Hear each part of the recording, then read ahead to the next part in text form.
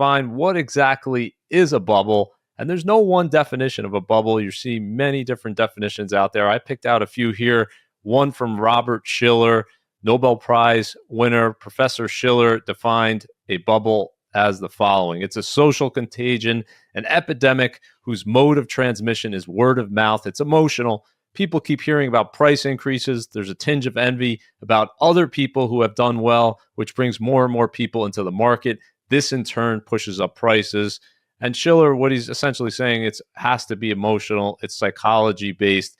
And he wrote a book called Irrational Exuberance talking about just this. And he actually released it right before the dot-com bubble peak in 2000.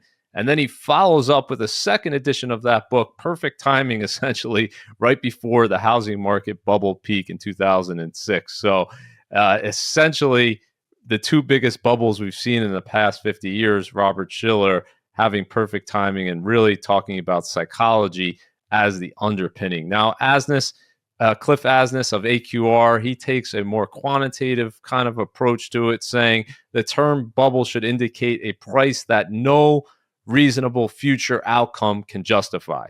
I believe that tech stocks in early 2000 fit this description. I don't think there were assumptions short of them owning the GDP of the earth that justified their valuation. So essentially saying that even if you had the most charitable view of the future, saying everything is going to work out perfectly, even then you can't justify today's lofty valuation.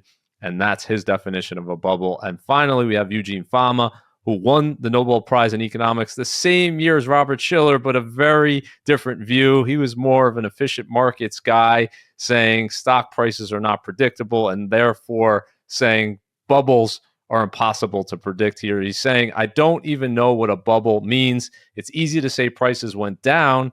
It must have been a bubble after the fact. I think most bubbles are 2020 hindsight. Now, after the fact, you always find people who said before the fact that prices are too high, but people are always saying prices are too high. They, meaning bubbles, have to be predictable phenomena. And so various ways of defining it. I really think it should be a blend of all three, in the sense that I don't agree with Fama, who's essentially saying you can't define it, you don't know what it means, and perhaps it doesn't exist, because we've seen it with the dot-com bubble, we've seen it with the housing bubble. And in terms of what Aziz is saying, that makes perfect sense, because there has to be a price that's so extreme that you can't justify that asset growing into it, and therefore that would meet the definition of a bubble. But I also side with Fama in saying it's impossible without 2020 hindsight to say when that bubble, even if you believe it is a bubble, when it's actually going to burst. So, Peter, what do you think of this? Is there a definition here that resonates with you most?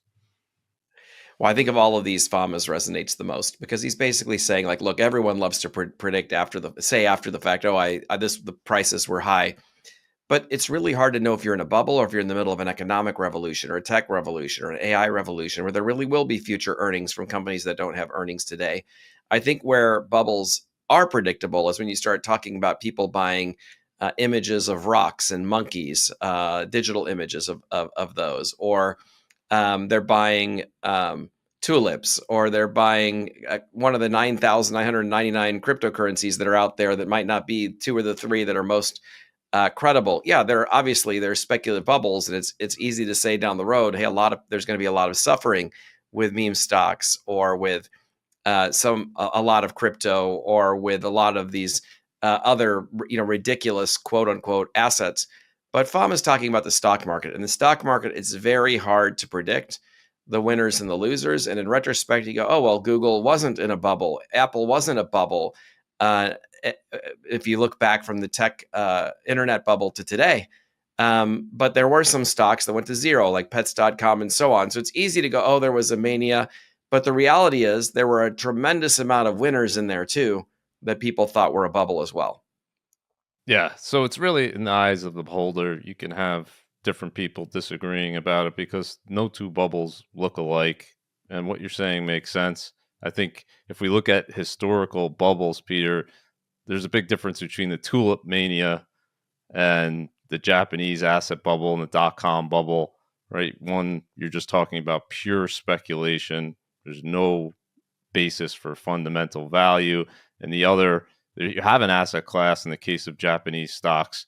They just got wildly, wildly valued on a basis of earnings. Same thing with the dot-com bubble and the housing bubble as well. You can value it based on, a perceived income in terms of what you could rent that out, and that multiple in terms of where it was in 2006, similar situation. So I think all of the definitions have made sense in the past. Really, the hard part, as you said, is anticipating it before the peak, and that's been shown to be impossible to time. What we do know, though, Peter, is that following all of these examples, when you are in a bubble, we know that when it does pop, there's going to be pain on the other side. And this is why we're getting so many questions today. If you look at the declines, you're talking about 70, 80, 90% in terms of what happened following these famous bubbles. And the housing bubble in 2006 took the housing market down in the US on average 30%, but there were many areas that were down more than that. Okay, so let's talk